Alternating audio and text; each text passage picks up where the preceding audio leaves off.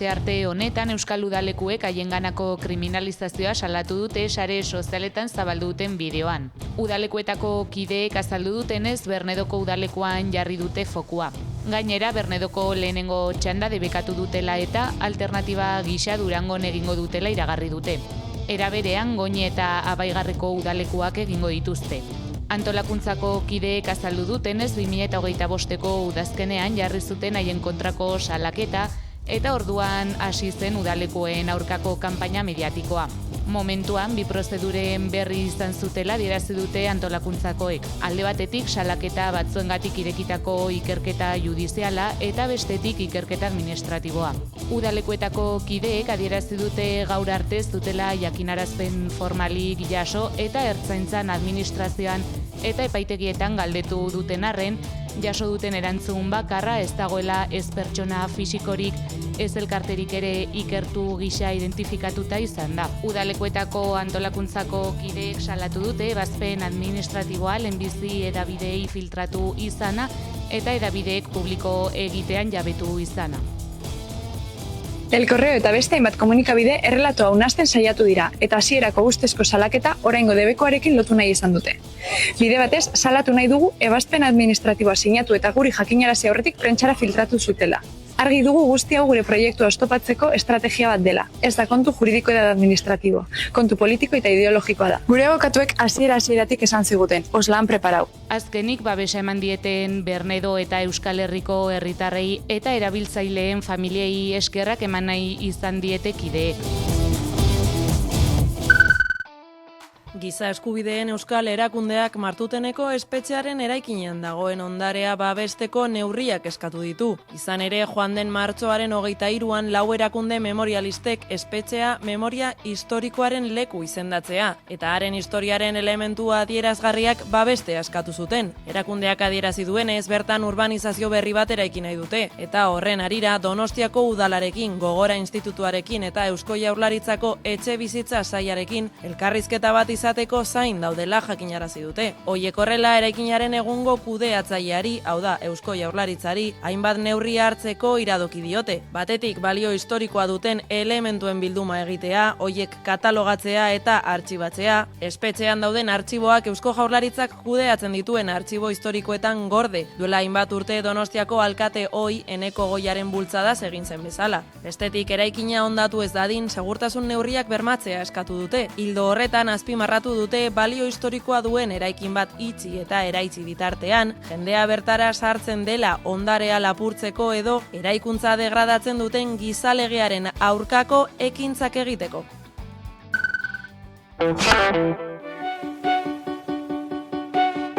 Gaurkoan Lezora etorri gara, herriko hainbat esparru berritu eta eraldatu dituzte Lezoko parken sarea hobetzeko asmoz eta era horretara aurren garapenerako. Legegintzaldi hasieran konturatuta geunden, parkeen egorari buelta bat emateko beharra bazegoela, eta pixka bat kezka hortatik abituta prozesu bat martxan jartzea erabaki genuen. Iritikat aholkularitza zerbitzuarekin aritu ginen lanean, eta osatu genuen talde motoren moduko bat, guraso taldeekin eta Lezoko Txikiak elkartearekin prozesu hori gidatuko zena, eta iritikaten bidez lortu genuen ikasleen gana ere heltzea eta agintxiko genuen eta ekarpenak jasotzea, beren metodologia bereziekin eta joglasen bidez edo jasotzea ekarpen horiek Lezoko parkeen inguruko ekarpenak eta eraldaketa prozesu horri buruzko iritziak jasotzeko.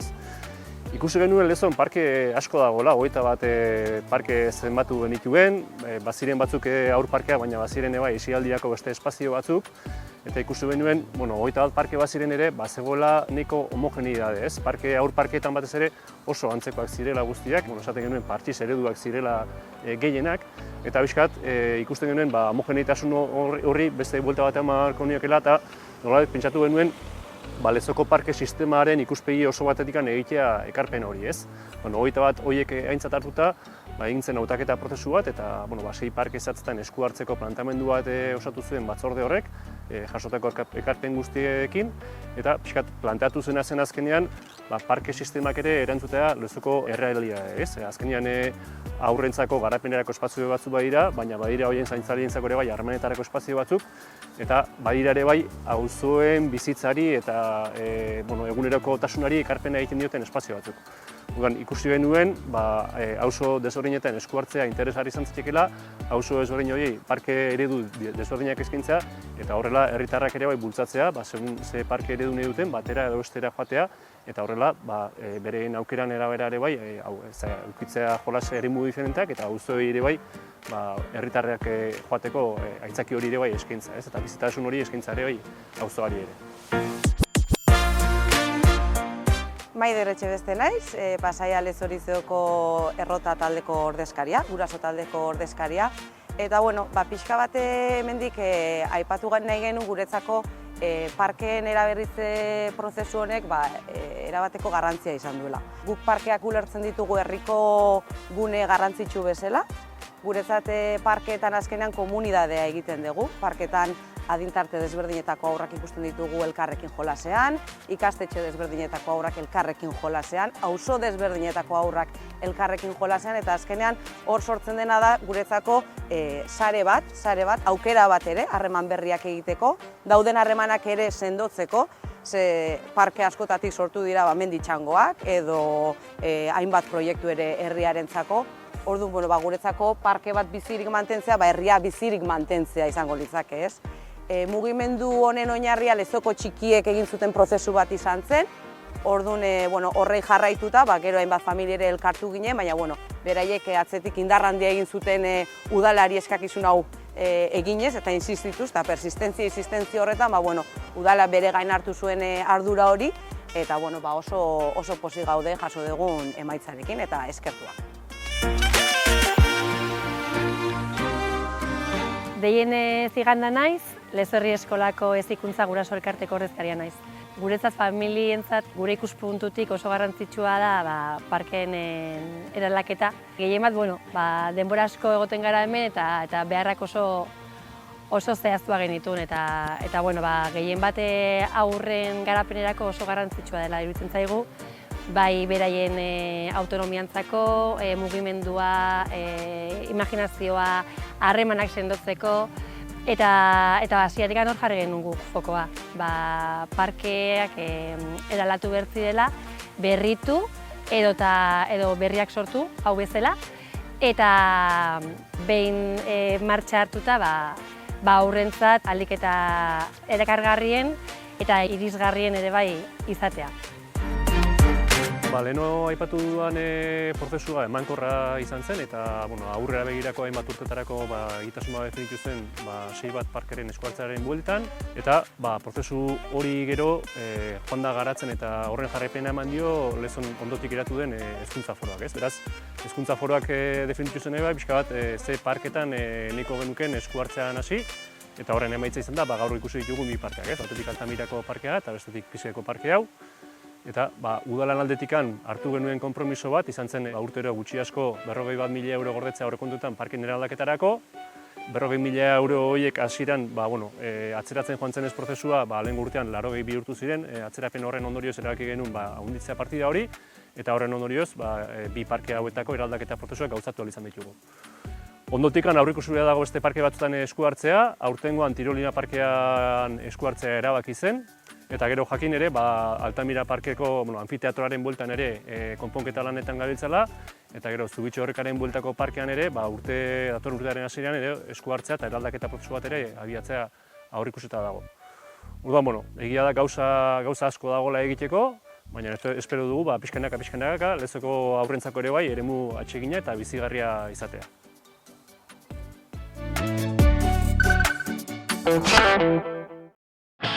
EZK Fest jaialdiak Santurtzin egingo du 5. edizioa, ezkerraldean egonkortutako hitzorduak hainbat estilotako musika taldeak bilduko ditu datorren urriaren 31. Marusak eta Azaz taldeen doinu elektronikoak, Arenesei eta Diskonformesen punka, Ainuberen roka, pop doinuak oholtzaratuko ditu Naskerrek eta Madrilgo Nom Serriun taldeak hardcore punka ekarriko du. Gustu guztietarako egitaraua prestatu dute, beste urte batez ezkerraldea mapan kokatzeko, euskaratik eta euskaraz, auzolanean, eta feminismoz belaitua. Dagoeneko sarrerak salgai daude online eta ezkerraldeko zein Bilboko zeinbait leku fisikotan, hitzordua beraz, urriaren 31an Santurtzin, bihotzak sutan utziko dituen jaialdiaz gozatzeko.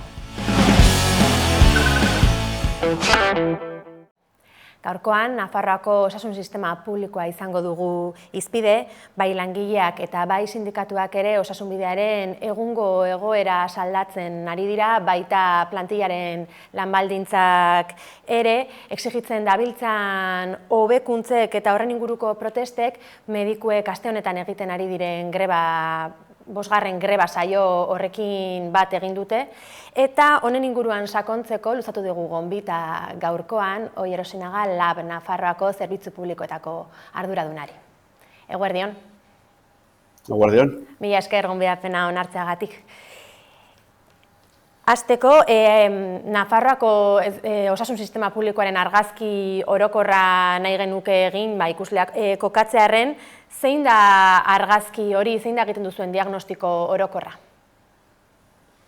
Bueno, uste dugu, zerbitzu publiko asko bezala, osasun zerbitzu publiko asko bezala, nahiko egoera zailan, dagoela osasun bidean, eta alde batetik jarri dezakegu bi hiru aktore nagusi, hor pizkat departamentuaren zenolako jokamoldeak dituen, eta beste alde batetik nola gaude interes korporatibo batzuk jartzen direla zerbitzu publikoen aurretik, eta horrek darama hartzera erabaki batzuk osasungintza publikoaren kontrakoak direnak. Eta ni pizkat adibide adierazgarriena izan daiteke momentu honetan, oraindik ez direla errutinazko kontsultetan COVID aurreko garaien kopurua errekuperatu, eta hori nahiko harrigarria da ez datu moduan. Zeintzuk lirateke aipatzen duzun egoera horretan alor prekarioenak edo larrialdi egoera handienean dauden atalak?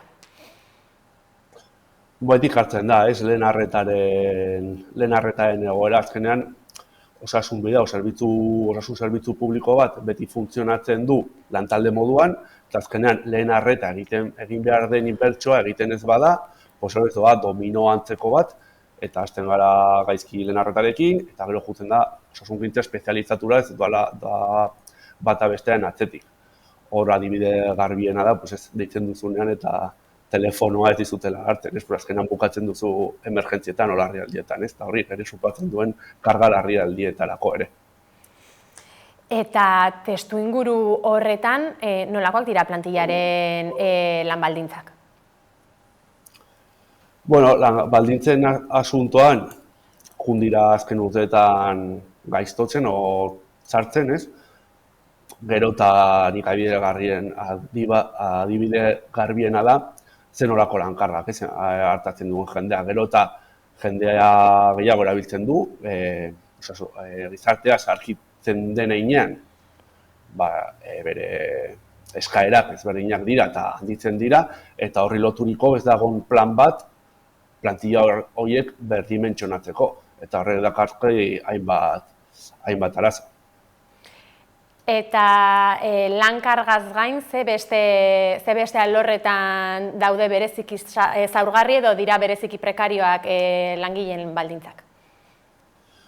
Jarriko ditugu hainbat adibidez, agian esanguratsuena da, jornada oso txikiak dituzten langile publikoak, hau da, plaza finkoa dituzten langile batzuk osasun bidean oso portzentai txikia dituzte, adibidez, Nafarroan oso ezagunak diren kanguruak, diena langile batzuk lan egiten dutenak, asteburuetan, goizeko 8:00-etatik arratsaldeko 8:00 arte, hau da, 12 ordu egiten dituzte larun batetan, eta beste 12 ordu egiten dituzte igandetan. Olako kontratu batekin, oso zaila daukazu zure bizitza duina egitea, Eta horrekin batera, maila basuenetako ditugun adibidez garbitzaileak eta hor daude nahiko prekarizatuak ere. Lantalde ezberdinak aipatzen ari zara, egoera prekario hori berdina da beti ere dimensionatuta talde guztietan, edo badaude batzuk bereziki egoera okerragoan daudenak, aipatu dituzun garbitzaileak kasu? Bai, adibidez garbitzaileena harrigarriena da, intersindikal moduan egiten dugun eskaera bat da, lan arriskuen prebentziorako, hau da, dituzten plus horiek kobratzea, adibidez, kirofano batean sartzen den garbitzaile bat, ehuneko bat kobratzen du arrisko moduan, eta bere ondoan dauden beste langile batzuk 8% bat, adibidez, hor nahiko harrigarria da, ez nola dagoen prekaritatea. Eta guzti honi lotuta, Espainiako Osasun Ministerioak egin du proposamena sektorearentzako estatutu marko batena, bakarra sektore guztiarentzat. Zer derituzuen labetik estatutu horri?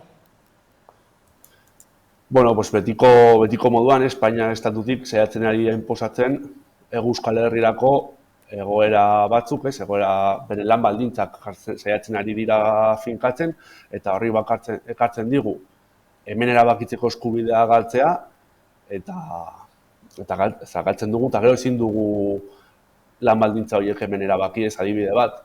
Gu prest gaude adibidez, 24 orduko guardiekin bukatzeko, baina horretarako ekarri behar ditugu eskumenak onera. Estatutu bakarra aipatzen izun, izan ere medikuak bai Hego Euskal Herrian, bai Espainiar estatuko beste hainbat toki denetan, ez daude ados sektoreko estatutu bakarra izatearekin, beraientzako estatutu edo propioa eskatzen dute. Ulertzen duzue medikuen aldarrikapena?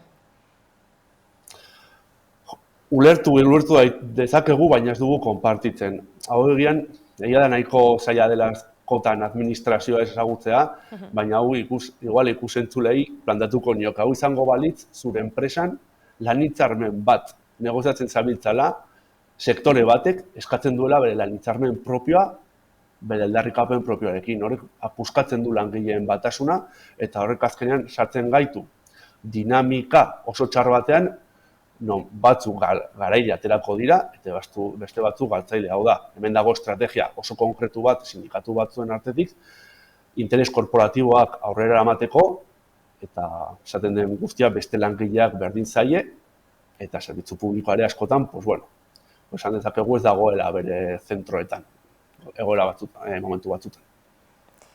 Eta desadostasun honi lotuta dabiltza greban medikuak, aste honetan, 5. greba astea dute, otsailean abiatu zuten, aipatu dute ere egoera aldatuko ez balitz, irailean greba mugagabearen aukera badagoela, hori aipatu dute, orokorrean Nafarroari dagokionez, greba mugagabe hori aukera erreal bezala sumatzen duzue, benetako aukerak daude?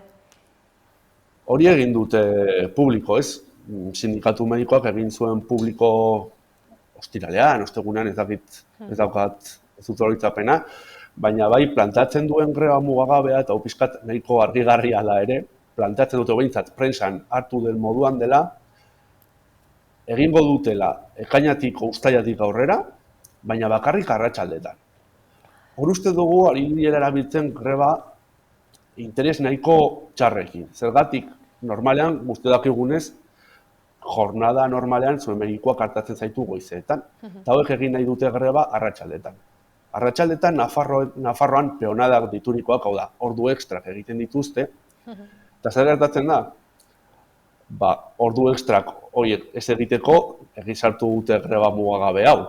Guk ez dugu lertzen, ez ditzazu egin ordu ekstra horiek, eta jazta, ez sartu greba mugagabea. Karo, hemen guk somatzen dugu daudela interes batzuk greba hau deitzeko, zeren medikuek bere aldetik uzten badituzte ordu ekstra horiek egiteari, igual zuzendaritza gero ez direlako deituko berriz. Oan, ikusiko dugu nola dagoen asunta. Alde batetik hor dago medikuen greba hau, estatutu propioaren aldarrikapenarekin. Badago beste kontu bat medikuei edo fakultatiboei dagokionez zuek ere aipatu zenutena pasaden astean, okerrez banimanago, bestela hilabete hasieran, aurreko legegintzaldian PSNek fakultatiboen soldata igoera lineala deitu zuela, eta zuen ustez neurri horrek ez duela osasunbideako soldata arrakala horretan lagundu. Zer nolakoa da arrakala, aipatzen duzuen soldata arrakala hori? Nahiko zaila da jakitea osasunbideako soldatak, bale? Gehien bat, medikoena. Baina, zer gertatu zen egin dela 3 urte? Alderdi sozialista egin ziela 400 euroko igoera bat, eta zerbitzua eta hobetu. Osea, argi esan behar dugu, soldata igoera hori dela Osea, planteamendua izan zen, bagoaz, soldata hori igotzeko, zerbitzu publikoa hobetzeko. Hori ez da gertatu. Gainera, zer ikusten da horren atzean, daukagula departamentuan eta batzutan gobernuaren aldetik, argi usten digu, 2 mailako langilea daudela. Batzuei bai igo ahal zaizkiela soldatak, eta beste batzuei ez. Adibidez, juten zarenean negoziazio marko batera, argi eta garbi esaten dizute legeek ez dutela baimentzen olako igoera orokortuak, eta batean Nafar gobernuak egin zuen. Horren planteatzen dugu, zer dira, espezialak o zuen kari zarete espezial bihurtzen, horren gu planteatzen duguna, bale? Badakigu nolako izan den azken urteoko erosalmenaren galera. Baina langile batzuei, egin albadiezuei, egin guztiei, ez? Eta ez zaitezte jun horrelako partxe batzuk jartzen, baina interes konkretu batzuei men eginez. Osasunbidearen egoera kontutan hartuta, plan orokorrera itzuliz, manifestua aurkeztu duzu hilabete hasieran hainbat sindikatuk, LABek, Elarekin, Satxerekin, AFAPNarekin, UGTrekin batera, manifestua egoera salatuz eta hainbat hobekuntza eskatuz. Hobekuntza horietako bat, lehenengo aipatzen duzuen ildoa bada, plantillaren indartzea eta lan egonkortasuna. Zeintzuk lirateke alor horretan exigitzen dituzuen neurri zehatzak? Adibidez, administrazioetan oso famatu izan den azken urteetan eman diren egonkortze prozesuak, ez? Zer gertatzen zaigu osasunbidean, nahiz eta prozesu horiek aurrera eraman, ez dira osotasunean ongi egin, ez dutela bere helburuak lortu. Orduan, eskatzen dugu aldiren plaza guztiak ateratzea jende hori egonkortzeko, hori alde batetik. Eta lan baldintzen inguruan, azken finean honek dauka, inbertsioak egin behar dira. Nafar gobernuak hartu behar du erabakia behingoz inbertsio minimo bat egiteko lehen arretan, eta gero horren gainean dena konstruitzeko. Hor lehen komentatu dudana, pagau jende bat, 125 kontratu batekin, hori langile publikoa dira, baina gora ez da bat ere ona. Honekin batera ere daude horrez, beti eztabaidatzen diren ratioen egoerak. Ratioi eman behar zaie buelta bat, eta lehen gainera, zen oraingo erabiltzailea eta orain dela 10 urtekoa ez da berdina, eta zoritxarrez ratioak ez dira aldatzen. Aipatu duzu lehen arretan inbertitzeko beharra, bada inbertsioa eta modernizazioa, sistemaren inbertsioa eta modernizazioa bada beste aldarrikapenetako bat. Lehen arreta aipatu duzu, lehen arretaz gain zein beste alorretan egin beharko litzateke sistemaren modernizazio eta inbertsio hori? Behintzuk lortzen duzuna lehen arreta indartzea, adibidez beti esatzen da, ez Europa mailan 1,5ko inbertsioa beharko lukela. Osasunbidearen aurrekontu guztiaren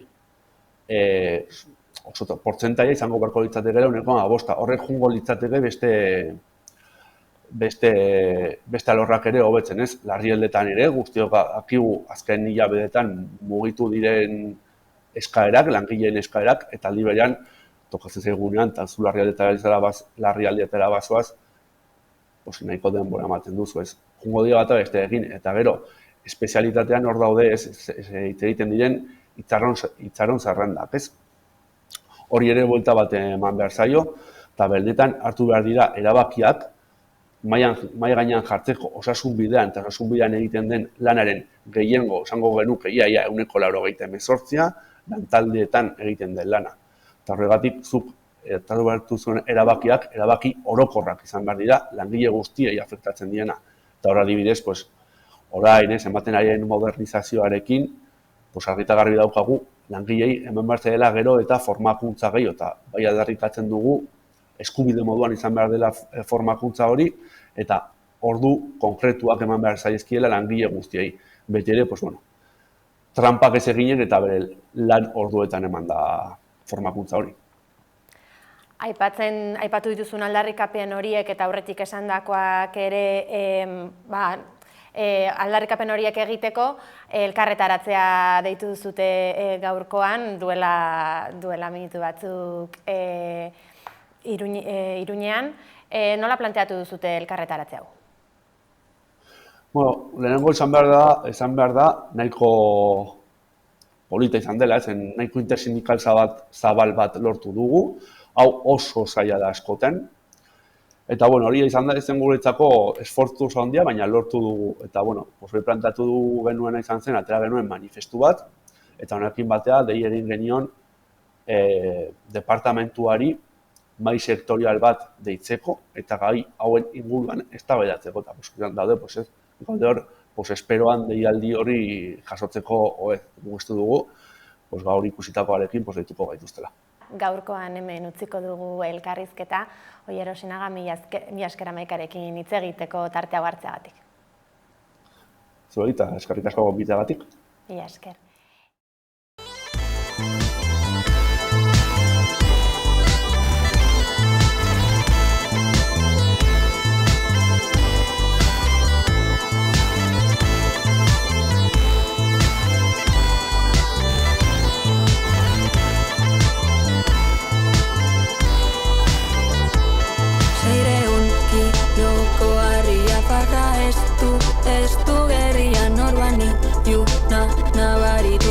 Falta agerian 600 kiloko harria faja estu gerrian orbani juna nabaritu zarnaz falta agerian.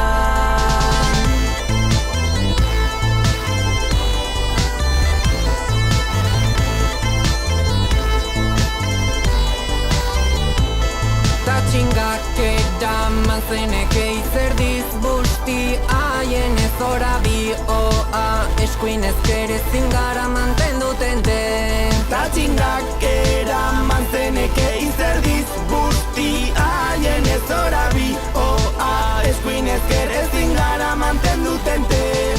Baserritarrak peruka gazten, aizkora hartuta zidan morazulatzen. Goren gudea, zer arbolan, amona nirekin abestu jota.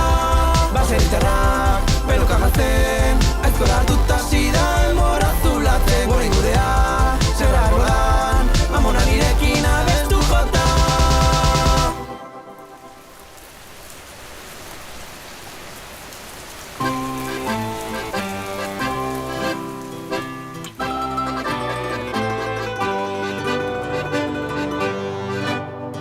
Del ojo hasta la oreja llevas un sable. Eres como águila real. Del ojo hasta la oreja llevas un sable. En el bolso alegría. Y en el fondo del corazón un arsenal.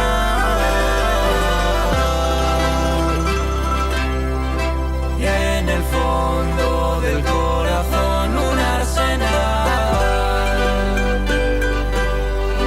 Y en el alma llevas disolvente.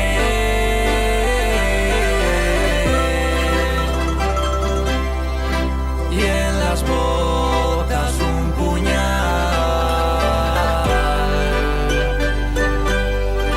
Eres como águila real.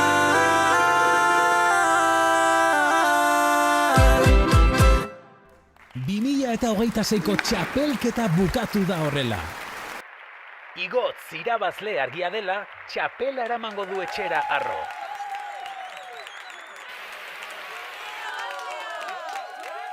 Yo sabía que hoy venías, ay linda ikusi zaitut kortxea jantzia. Menos mal que hoy me siento empoderado y que me he recortado el flequillo y repasado el degradado. Porque tú sabes que eres la más guapa del frontón.